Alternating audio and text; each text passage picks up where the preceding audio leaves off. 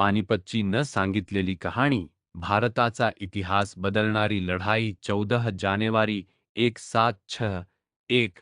कडाक्याची थंडीची सकाळ. पानिपतच्या विस्तीर्ण मैदानावर हजारो सैनिक एकमेकांसमोर उभे होते. तोफा सज्ज होत्या, घोडे अस्वस्थ होते. रणभेरीचा आवाज संपूर्ण रणांगणावर घुमत होता. सूर्यास्त होईपर्यंत 40,000 पेक्षा जास्त सैनिक मृत पडलेले असतील आणि भारत कधीच पूर्वीसारखा राहणार नव्हता.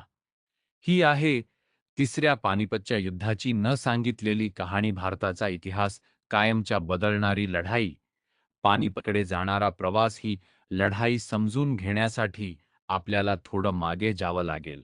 1707 मध्ये औरंगजेबाच्या मृत्यूनंतर शक्तिशाली मुघल साम्राज्य कमकुवत होऊ लागलं. प्रांतीय सुभेदार अधिक ताकदवान झाले. बंड वाढू लागली. दिल्ली आता अढळ सत्तेचं केंद्र राहिलं नव्हतं.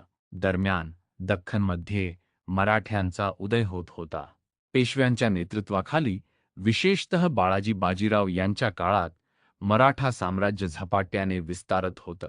त्यांनी मुघलांना पराभूत केलं आणि भारतातील अनेक भागांवर आपला प्रभाव निर्माण केला. 1750 च्या दशकात मराठे भारतातील सर्वात प्रभावशाली शक्ती बनले होते. पण सत्ता नेहमी आव्हानांना आमंत्रण देते. अफगाण धोका उत्तर पश्चिमेकडून एक भयंकर आक्रमक आला. अहमद शाह दुर्रानी, ज्याला अहमद शाह अब्दाली म्हणूनही ओळखलं जातं, त्याने यापूर्वी अनेक वेळा भारतावर आक्रमण केलं होतं. त्याचा उद्देश होता संपत्ती, सत्ता आणि पंजाब व दिल्लीवर नियंत्रण. मराठ्यांनी उत्तर भारतात आपला प्रभाव वाढवला तेव्हा अब्दालीला तो मोठा धोका वाटला. युद्ध अटळ होतं. मराठ्यांची उत्तर मोहीम सदाशिवराव भाऊ यांच्या नेतृत्वाखाली आणि तरुण वारस विश्वासराव यांच्या सोबत मराठा सैन्य उत्तर दिशेने प्रचंड शक्ती घेऊन निघालं. त्यांच्याकडे होते सुमारे 45,000 प्रशिक्षित सैनिक, प्रबळ तोफखाना, हजारो छावणीतील लोकजड रसद आणि सामा. पण एक मोठी अडचण होती. ते आपल्या घरापासून खूप दूर होते. त्यांची रसद पुरवठा रेषा लांब आणि असुरक्षित होती. दरम्यान अब्दालीने रोहिल्ले सरदार आणि अवधचा शुजाउद्दौला यांच्याशी युती केली. त्याला स्थानिक पाठिंबा मिळाला. मराठे वेढ्यात अडकले. युद्धापूर्वीचा वेढा महिनोन्महिने दोन्ही सैन्य पानिपतजवळ तळ ठोकून होते. मराठा छावणीत अन्नटंचाई झाली. सैनिक उपाशी राहू लागले. घोडे अशक्त झाले. मनोधैर्य खचू लागलं. दख्खनमध्ये यशस्वी ठरलेली गनिमी कावा नीती येथे उपयोगी पडत नव्हती. मराठ्यांना खुल्या मैदानात पारंपरिक युद्ध करावं लागलं. ही त्यांची ताकद नव्हती, पण माघार घेणं अशक्य होतं. 14 जानेवारी 1761 रोजी त्यांनी निर्णायक लढाई लढण्याचा निर्णय घेतला.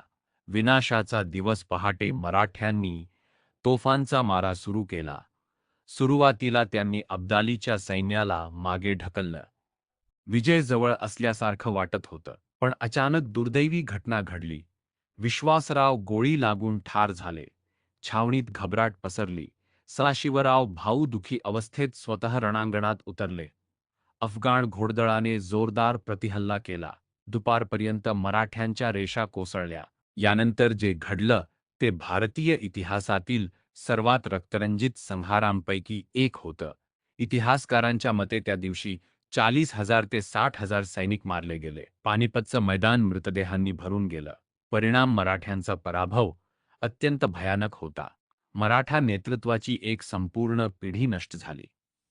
पेशवा बाळाजी बाजीराव या धक्क्यातून कधीच सावरू शकले नाहीत. काही महिन्यातच त्यांचं निधन झालं.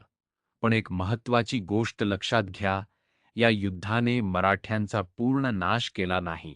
10 वर्षांच्या आत त्यांनी पुन्हा शक्ती गोळा केली. ते पुन्हा दिल्लीवर परतले. पुन्हा भारतातील प्रभावशाली शक्ती बनले. पण पानिपतचा खरा फायदा अब्दालीला झाला नाही. पूर्वेकडे शांतपणे वाढणाऱ्या एका परकीय शक्तीला झाला, ब्रिटिश ईस्ट इंडिया कंपनीला. मराठे कमकुवत झाले होते. मुघल आधीच ढासळले होते. भारत राजकीयदृष्ट्या विभागलेला होता आणि या सत्ताशून्यतेचा फायदा ब्रिटिशांनी घेतला.